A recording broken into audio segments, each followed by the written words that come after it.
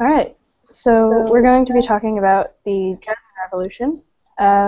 Lore is against that this is a revolution, and Jeffrey is for that this is a revolution. So, Jeffrey, I would like to ask, what's your perspective on the Jasmine Revolution? I think the Jasmine Revolution should be classified as a political revolution because this revolution caused the leader of the government to step down, Ben Ali. And Lore?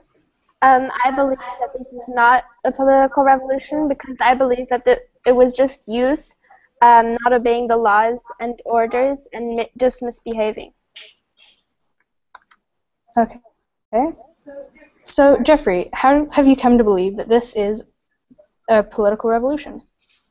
Well, it was an uprise against the government. And the reasons were corruption, unemployment, even political repression.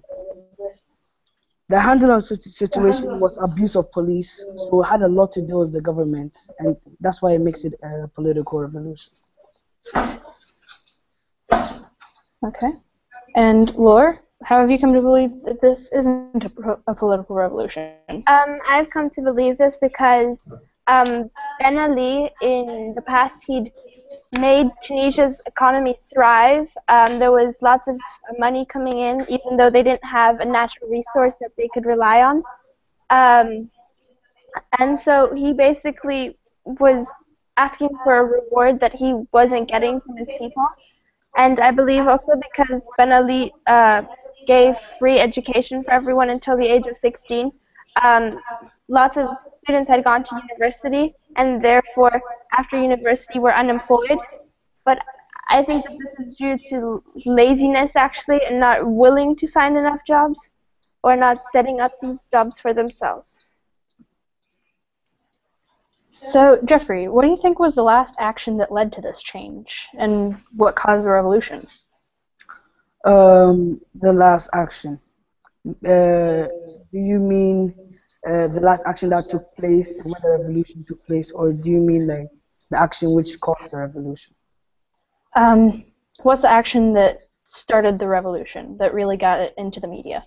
Well, the citizens of Tunisia already knew that the government was being corrupt and there was unemployment in Tunisia. But then I think that the thing which started was when a 26-year-old man named Mohamed Bouazizi set himself to fire because of corruption and everything the government was doing. That's when that happened. That's when the citizens of Tunisia had unrest. And Lore, what do you think was the last change to start this? I actually agree with Jeffrey that it was with Mohammed, but I think of this through a different perspective because I think this, like to the youth, it showed that it was okay for them to step up to what they believed in and kind of misbehave. So it was like an okay for them to misbehave. So how do you think this change has affected the country, Jeffrey? Do you think it's good, bad? Well, I think the change has affected the country in a good way. They have taken a big step towards getting democracy. That's a good step because before the government wasn't democracy, and now with democracy, maybe they can give the citizens what they want because it's equal voting, and I think that's the best thing for Tunisia right now. And Lore, what do you think? How did this change affect the country? I think it was basically just kind of chaos for a while. People were confused. There wasn't order. So I think it was kind of a waste of time. So what were some of the major effects of this revolution, Jeffrey? I think the major effects was when the students who are supposed to be learning in school would rather be outside fighting for what they believe in, and I think that caused so like there's been articles about some students they were supposed to take exams, and when they were supposed to take exams, they were outside protesting. So I think that affected the education in the country. And Laura, what do you think were the major effects of this? I think the major effects of this, well, I think the people that were affected most were Ben Ali and his family. Um, do you mean like who was affected most, or what was the major effect? What were the major effects? So the major effects were there was lots of deaths also due to the protests and the like police and stuff. I also think that there was an alter in the perspective. I think most after the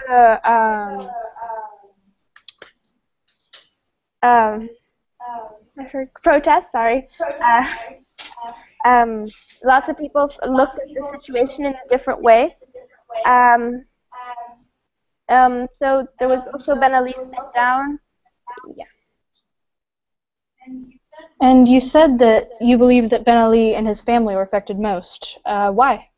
Well, they had a lot of pressure on themselves, especially Ben Ali. He had this whole country that he had to satisfy in a way, and he was doing his best because he had announced that he regretted the deaths. He'd lowered the food prices. He'd reduced internet restrictions, and said that he would not seek another term as president. And still, protests kept going. So he was trying to do he was doing his best, but he couldn't find a way, and it's not that easy for you to run a country. Um, so it showed that the youth wasn't thankful for what they already had, and only had like one goal to get employed. And after all the protests, I believe that they were also kind of neglecting that one goal and just like, oh, I have to protest, I have to do this, etc. Yeah. And Jeffrey, who do you think was affected by the revolution the most? What was affected by the revolution the most? I think the citizens, the aftermath of all those deaths which were caused because president didn't want to meet the citizens' demands. So when you look at the death tolls, you're like, was this really necessary? If Ben Ali didn't take the action of stepping down earlier or meeting the citizens' demands. All right. Well, thank y'all for talking with us.